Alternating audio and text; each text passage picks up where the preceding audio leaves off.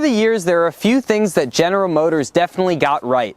The Cadillac CT-SV, Chevy, Corvette, and Camaro are all cars that come to mind when I think of examples that show that General Motors can produce great products.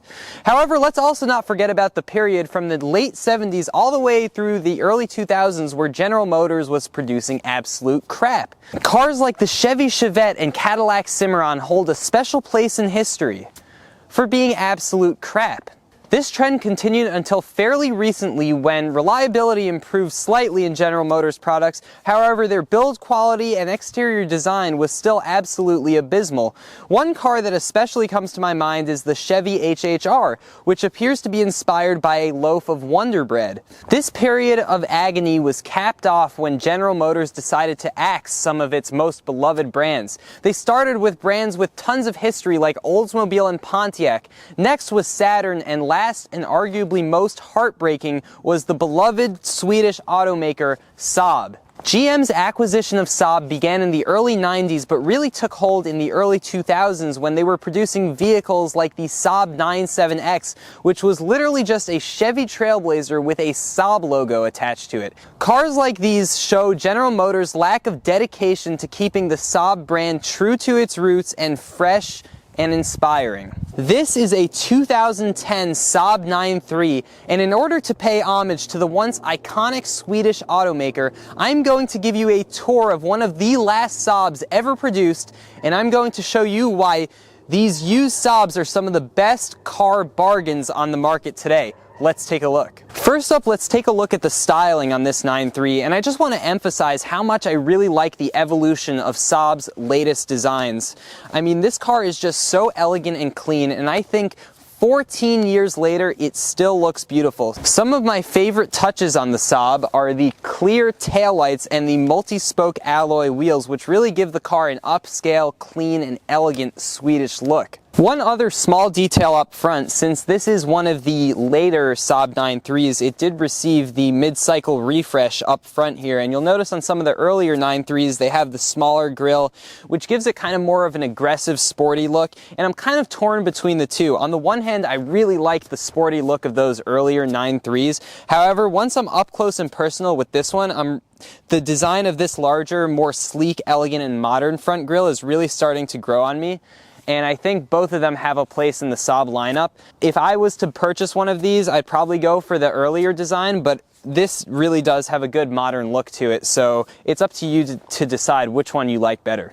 Next up, let's take a look at the interior of the Saab 9.3, where you'll find a comfortable, elegant, and well-appointed space. You have simple instrument clusters right in your field of view. This car is right in that sweet spot age range for me, where it has all the comfort features you might want, like Bluetooth and heated seats, without necessitating a Harvard degree in touchscreen sciences to turn on the climate control. Just to touch upon a few more details on the interior here, you do have all your controls here on the steering wheel, which is very convenient. You have a nice, simple to use radio, all your presets, very easy climate control, no fumbling around on touchscreens, and of course this one is fitted with a manual transmission because the Europeans do love their driving experience very much.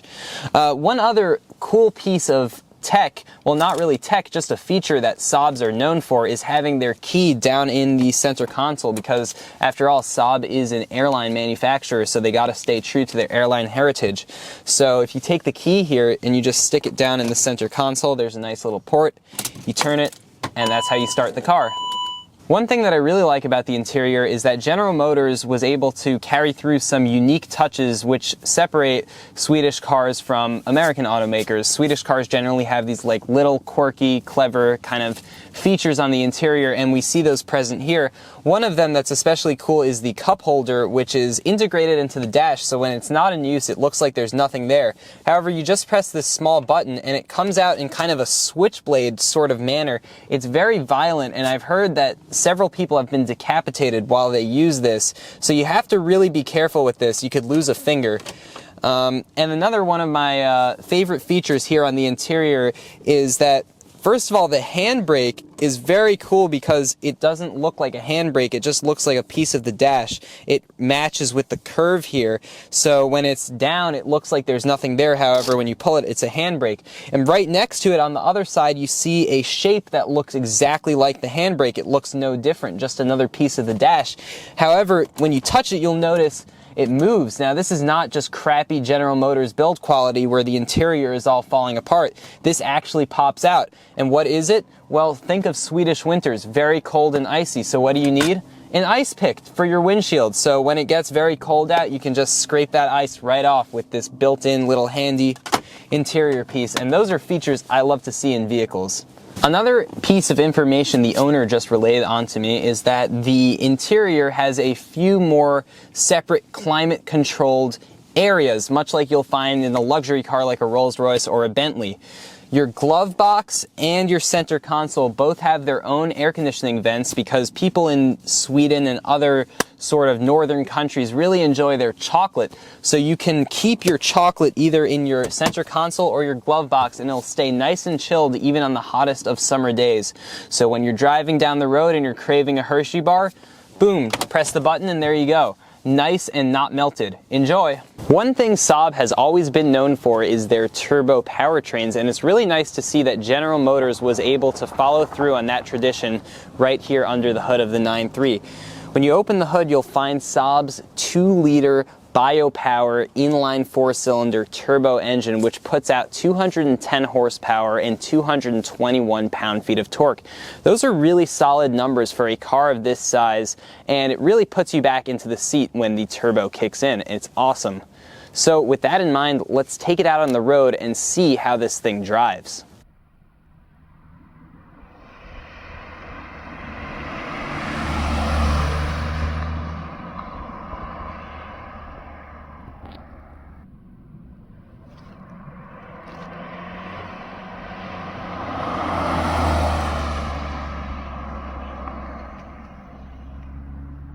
Alright, so we are driving the Saab 9.3. I feel privileged to be driving one of the last Saabs ever. Keep in mind, General Motors announced the bankruptcy of Saab in 2010, and this is a 2010, so it's definitely one of the last ever produced. And I just want to emphasize the value proposition of this car. I mean, we are talking about a full-on leather interior, beautiful, elegant car, and we're talking about between $2,000 and $5,000 to get one that runs and drives great. The owner of this one paid right within the $3,000 range, and the car really didn't need all that much work.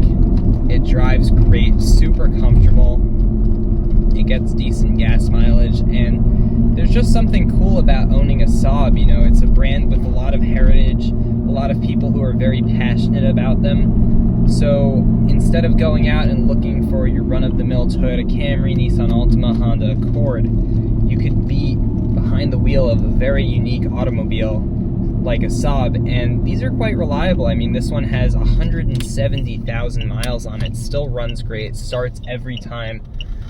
No issues with it. It does need a wheel bearing right now, but you know, they're gonna fail at some point. So the ride is super smooth. It soaks up all the bumps. It's very quiet. I really like the steering wheel. It has these nice bolsters in it. It's fully leather wrapped. It feels like super high quality.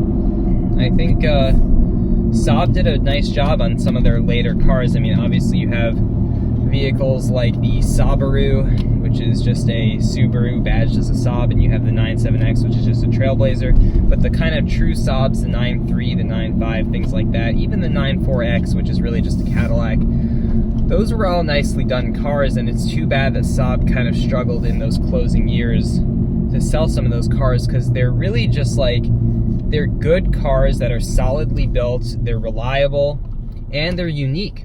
I'm a huge Saab fan. I really wish Saab could have continued producing automobiles, but unfortunately General Motors played a large role in neglecting the brand and then ultimately killing them after the Great Recession, when General Motors as a whole was struggling and they needed to cut all the weak performers. But you know, maybe they would have performed better because if they had put more effort into developing unique models, because as I was saying, no Saab 900, you know, SPG owner is going to go out and buy a 97X. Like, they don't want to be driving a Trailblazer. They want a Saab.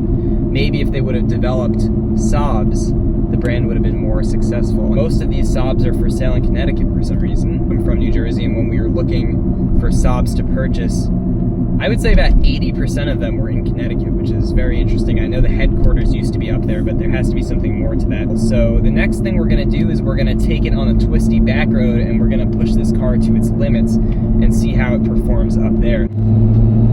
All right, so we are about to turn on this back road here, and we're gonna really see how the Saab 9.3 handles. We're gonna test those European handling claims.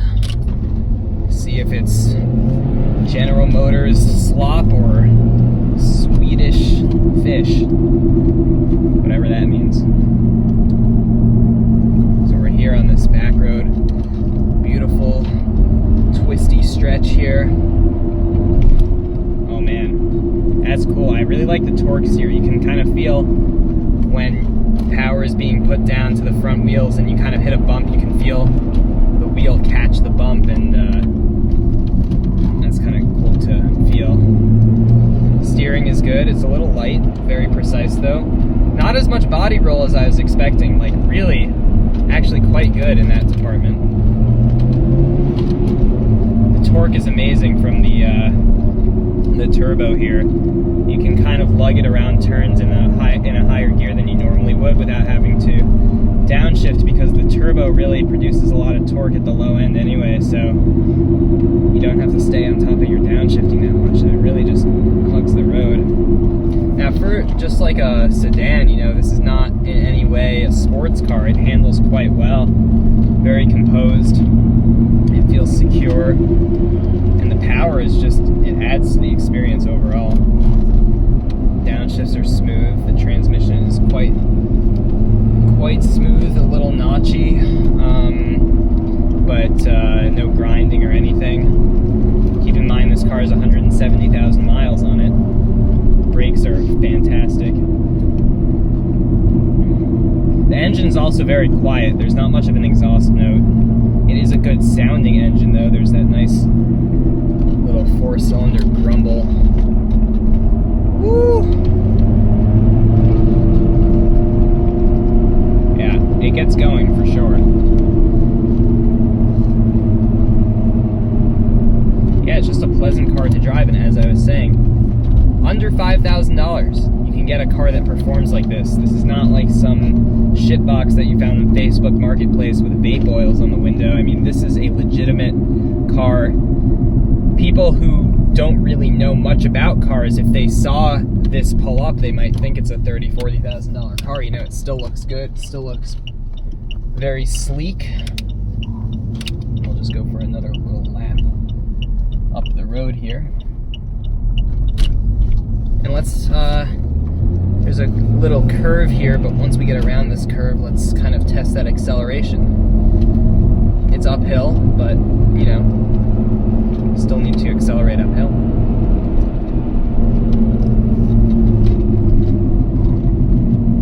Alright, so we'll do a little standing start. Drop it in first. I'm not going to be too hard on it as it's not my car. First gear doesn't have much torque. Second gear, it really starts to grab. Woo! Torque steer. Third gear. Damn, this thing is quick, for sure. It's definitely quick. I love the torque steer. It's really fun to drive. Woo! Yeah, this thing is awesome. So yeah, my recommendation, if you're looking for a cheap used car, look for some used Saabs. They're such a good value. You get a lot of car for the money. They're really fun to drive. And yeah, they're just overall a very unique choice. So that's the video. Hope you all enjoyed it. Take care.